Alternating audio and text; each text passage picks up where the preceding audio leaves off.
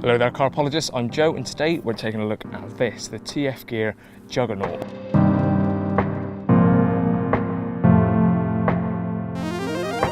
Today we're taking a look at the TF Gear Juggernaut, or as a dog walker called it in the car park, a bit of a tank, and it is a bit of a beast, but that's not meaning that it's heavy on the user.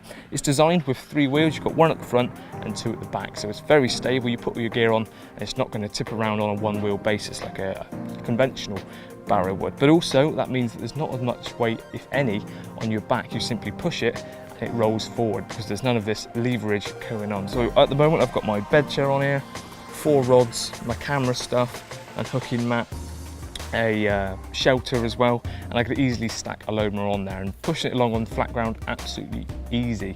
And then I started taking it down the path. So the place I'm at the moment, I'm not actually at the lake right now because I'm also showing its capability of holding itself on a slope with the brake, but all terrain's absolutely fine. I've gone downhill, uphill, over rocks, over mud, slipped in cow shit, and it stood the test. It's been stable, not been difficult at all, and you could also manoeuvre it very easily. Being a 3-wheeled Barrow, you'd think maybe it's a bit hard to manoeuvre, but it's not the case. You just put slight pressure on the arms downwards rather than picking up, and it gives a little bit of weight lift on the front wheel, so you can manoeuvre it that way. So you can push down and pivot on the back 2 wheels, or there are 2 handles below the main handles which fold out, which are just probably 5 or 6 inches below the main handles. So if you use them, just a slight bend in the knees and lift, you raise the back 2 wheels. So that means that you can then use it as a single front wheel. That means you can move it around if you only have space for 1 wheel, or if you're going over a beam or something at certain lakes where you've got little pathways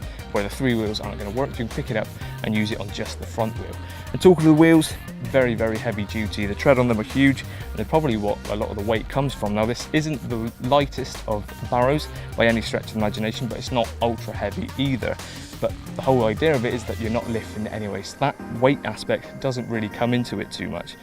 Getting it in the car, I've got quite a big estate car, so it went in very easily. I just lifted the front wheel, put it onto the boot, and then lifted the back and put it in, took the handles off, and it shut down fine. But if you've got a slightly smaller car, it folds up even smaller. All the sides and front fold down, the wheels can unclip easy enough, and the handles come off as well, so you can fit it in a smaller car as well.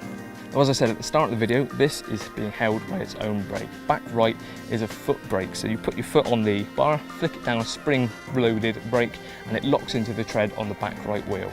Just as easy to disengage as well, just flick it back off with your foot.